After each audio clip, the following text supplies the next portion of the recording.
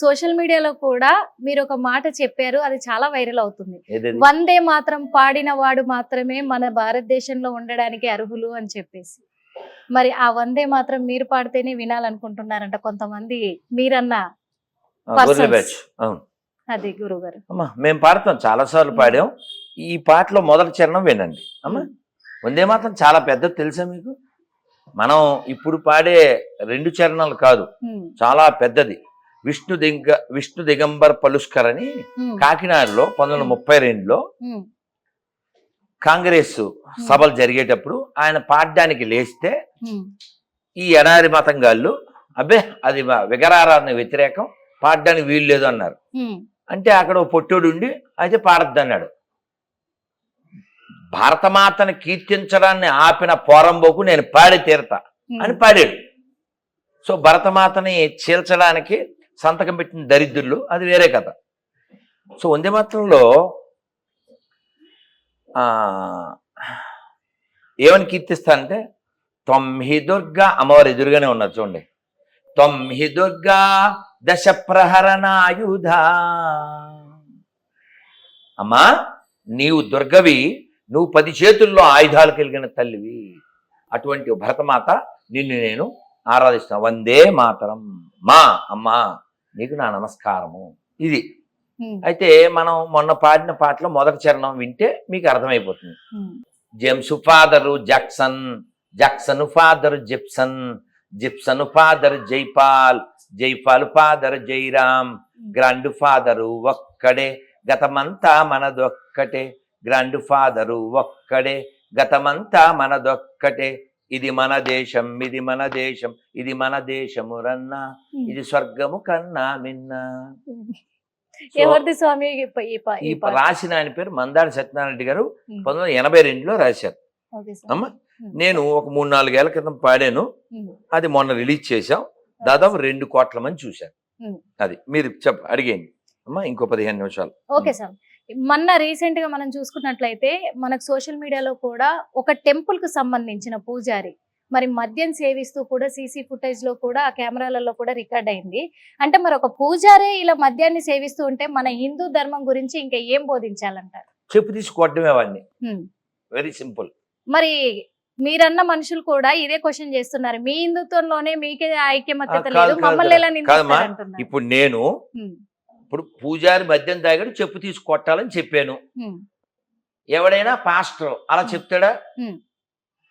అలా చెప్తాడా? చెప్పరు. అలా చెప్తాడా? తాగిన పాస్టర్ని చెప్పు తీసి కొట్టాలని చెప్తాడా?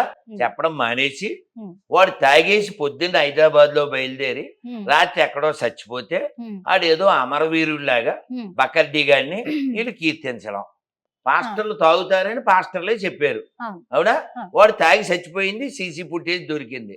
వాళ్ళు క్వశ్చన్ చేయకూడదుగా. గొంగల్లో తింటూ ఎంటుకలు ఎతకూడదు. ఇంకా ఆ విషయాని కోసం మీ పేరు కూడా బయటకు వచ్చింది కదా స్వామి, మిమ్మల్ని కూడా ఎలిగేషన్ చేశారు. అదే ఉందమ్మా. ఇప్పుడు ప్లాన్ చేశారని చెప్పేసి అదేం చెప్తారు, వంకలేంది డొంకట్టు తిరిగిందంట, అవునా కదా? అవును, వాళ్ళ దగ్గర ఏమన్నా ఉంటే కదా. వాడు తాగి చచ్చాడు, అది గవర్నమెంట్ చెప్పింది. ఆడు తాగుబోతేదవా ఇంకో పాస్టర్ చెప్పాడు, సో వాట్ కదా. అప్పుడు ఇప్పుడు అలిగేషన్ చేయడం కాదు. ఫర్ ఎగ్జాంపుల్ ఇప్పుడు ఆ 3 పిల్లలు, ఆ 4, 5, 6, 7 అక్కడ ఉన్న వాళ్ళలో నాకెవరో పరిచయం లేదు. నేను వాళ్ళ గురించి ఏ కామెంట్ చేయొచ్చు? నాకు పరిచయం లేదు. ఉదాహరణకి ఈ పళ్ళు అక్కడ పెట్టు, ఈ పళ్ళు అక్కడ పెట్టమని చెప్పాను. సాక్ష్యం ఏంటి? కెమెరా. తర్వాత ఈ పళ్ళు కనబడలేదు, ఈ కెమెరామెన్ దొబ్బేశాడు అని నేను అనేసాను అనుకుందాం. రుజువు ఉండాలిగా, రుజువు ఉండాలిగా, ఉండాలి ఖచ్చితంగా కదా. కాబట్టి అలిగేషన్, నేను మీరు ఏదో క్వశ్చన్ అడిగారు, నేను నోటికి వచ్చినట్టు చెప్పలే. విత్ లోక, ఇందులో ఉన్నాడు మేక, ఊదేడు బాక కదా. విత్ రెఫరెన్స్ మాట్లాడాలి, ఏదైనా నోటికి వచ్చింది వాక్కూడదు.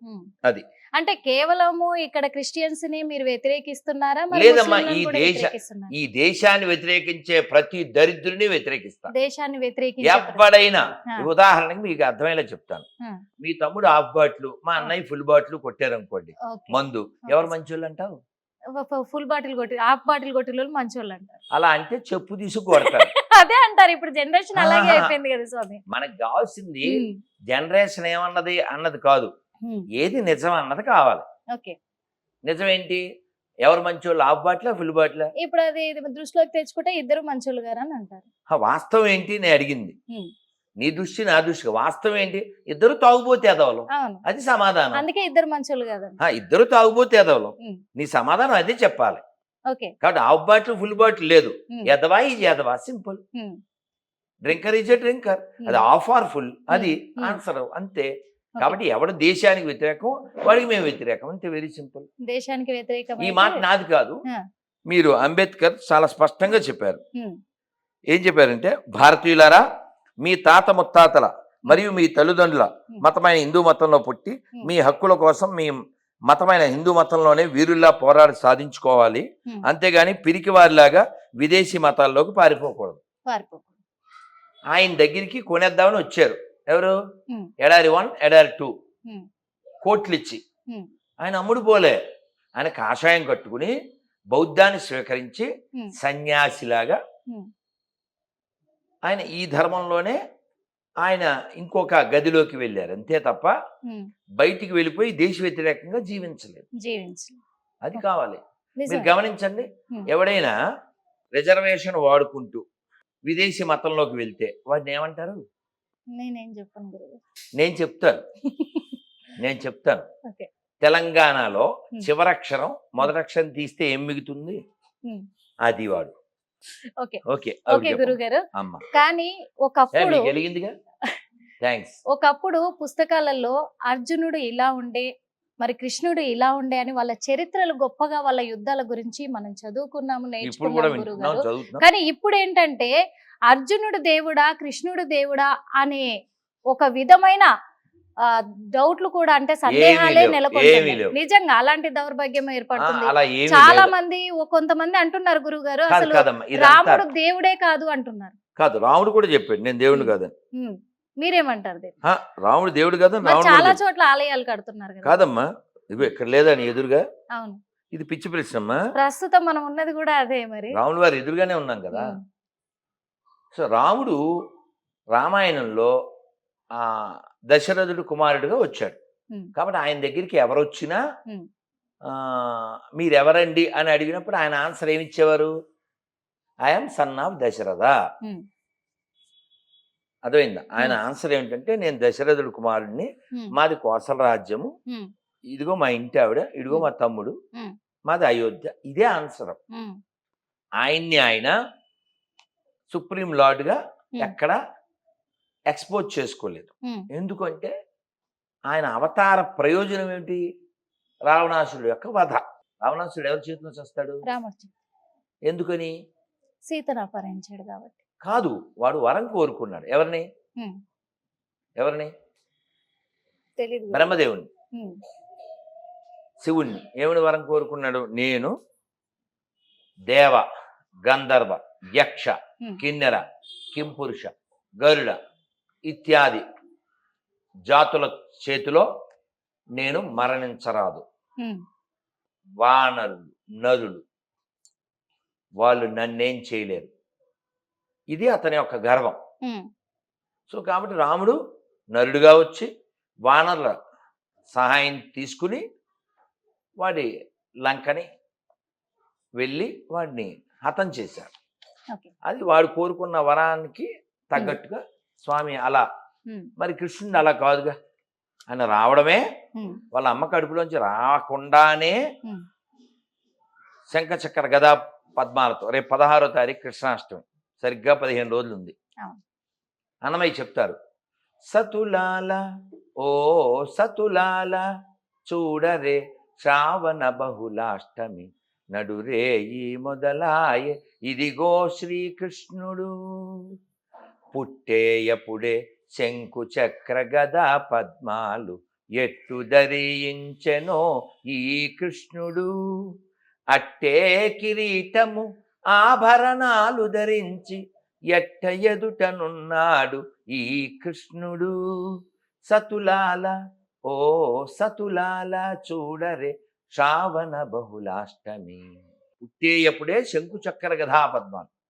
మనం ఎవరైనా చెప్పామా మన అమ్మకి నాన్నకి I'm going to be your son, I'm going to your daughter? అలా మనం ఏం చెప్పలేదు. ఎందుకని? మనం మామూలు వాళ్ళం కాబట్టి. మామూలు. కానీ దైవం అలా కాదు కదా. హిట్ టీవీ యాప్, ఇందులో short news, live news, entertainment shows, movies, digital magazines తో పాటు మీ జిల్లా వార్తలను కూడా ఫ్రీగా చూడొచ్చు.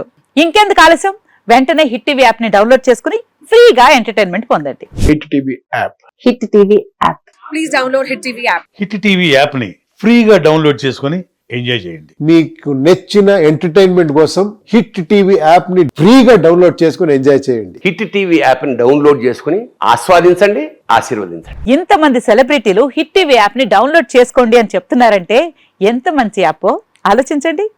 అమెరికా అమెరికా అమెరికా అమెరికాలో చదవాలనుకునే వాళ్ళకి విశ్వసనీయమైన పేరు మన శౌర్య కన్సల్టెన్సీ. UK లో 1 year masters. UK లో 1 year masters. 2 years work permit up to 5 years visa. Contact Saurya Consultancy.